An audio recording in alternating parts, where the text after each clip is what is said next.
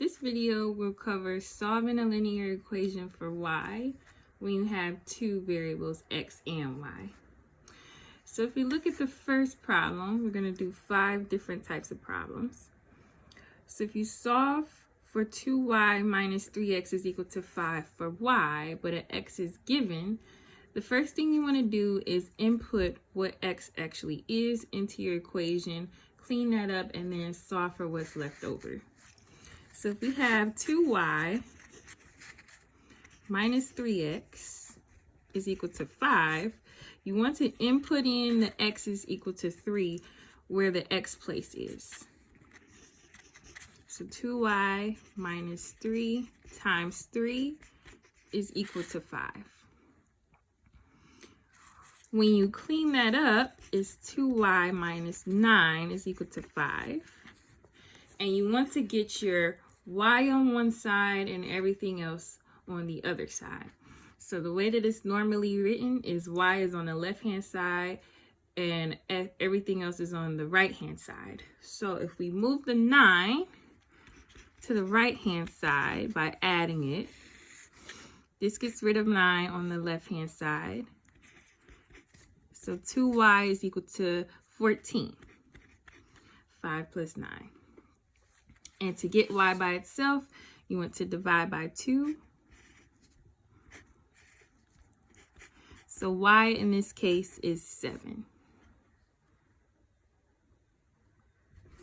If you look at another problem, if you want to solve when 2y plus 6 is equal to 4x, and you want to solve for y when x is equal to 7, you do the same thing. 2y plus 6 is equal to 4x, but in this case, x is 7. So 2y plus 6 is equal to 4 times 7.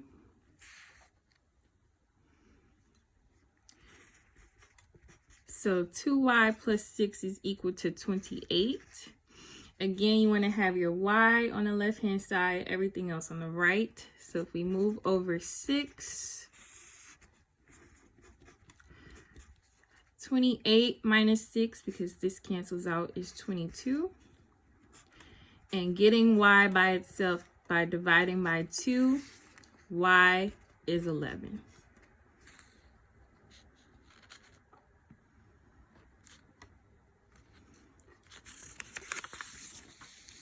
Okay. Let's do a different question now. If we want to solve 7x minus 3y is equal to 8 for y, what you want to do first here, since there is no x that has an actual value, you just want to move the x to the other side here. So 7x minus 3y is equal to 8. So if we move the 7x to the right-hand side,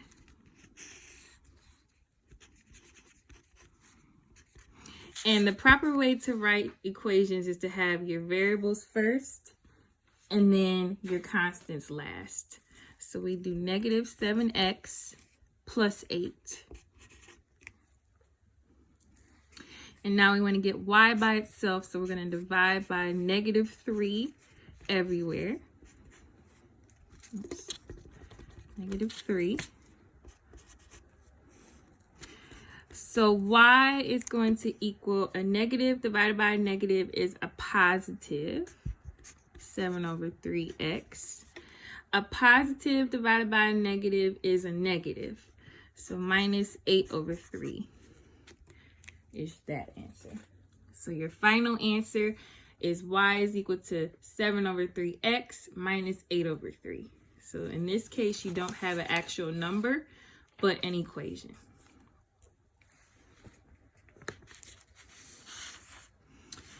If we look at number 4, if you want to solve this one, this is another case where you don't have x as an actual value, but you have to do some distributing first in order to simplify and get y by itself. So you want to distribute the 10 to both the x and the negative 2y. That's your first step. So if we have 10 times x And then minus 10 times 2y is equal to 70. You'll get 10x minus 20y here is equal to 70. So now we want to bring the 10x to the right-hand side by subtracting.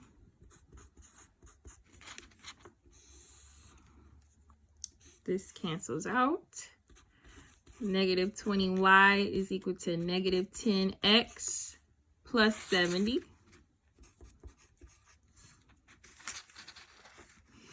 To get y by itself, you want to divide by negative 20.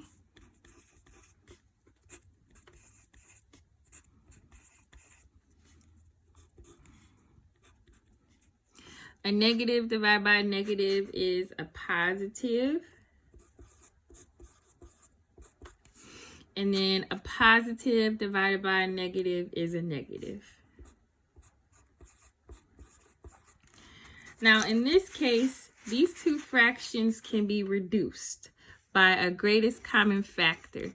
So, a greatest common factor is a number that can be divided evenly into both the numerator and the denominator, but it is the greatest number in order to reduce that fraction. So it's the greatest number that can go into both 10 and 20 evenly in order to reduce this fraction, and the greatest number to go into both 70 and 20 evenly to reduce this fraction. In this case, the greatest common factor for both of these is 10. So 10 goes into itself. 10 divided by 10 is 1. 20 divided by 10 is 2. 70 divided by 10 is 7. And 20 divided by 10 is 2. So your final answer for y is 1/2 x minus 7/2.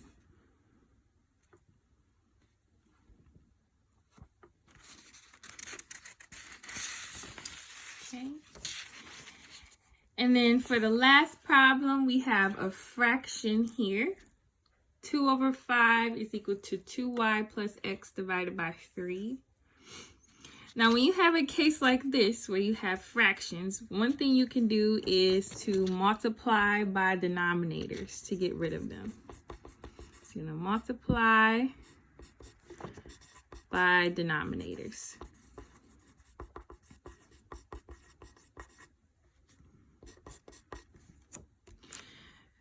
So if we rewrite this, it'll be 2/5 is equal to 2y plus x over 3. And if we multiply by both denominators on each side, so our denominators are 5 and 3, and 5 and 3. What you can do here is cancel out your denominators because you have the same thing on the top and bottom. So when you multiply by both, it gets rid of your denominators. And it just leaves you with multiples that you need to multiply by on the numerator in order to simplify. So the leftover pieces are 3 times 2, and then 2y plus x times 5. 3 times 2 is 6, and then you want to distribute the 5 to both the 2y and the x.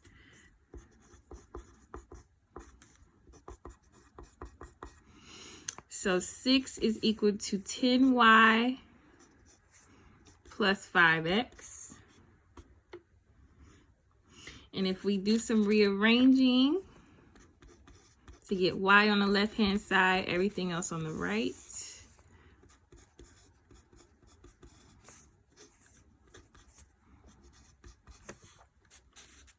And we move the 6 over.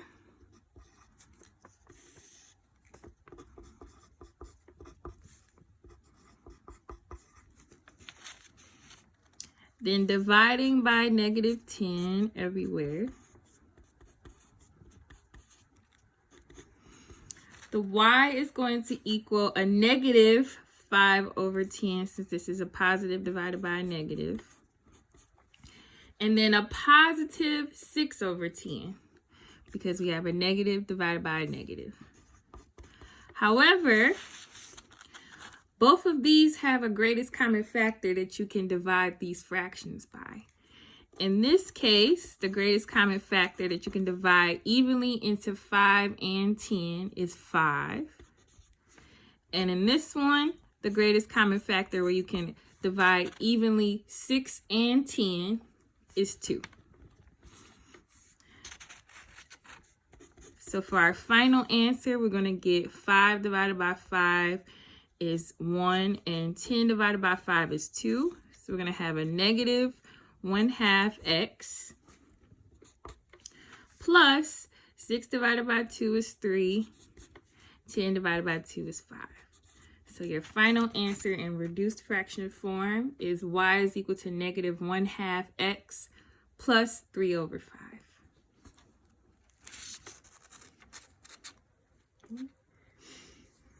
So this will be the end of this video. If you have any questions, please let me know. Thank you for watching.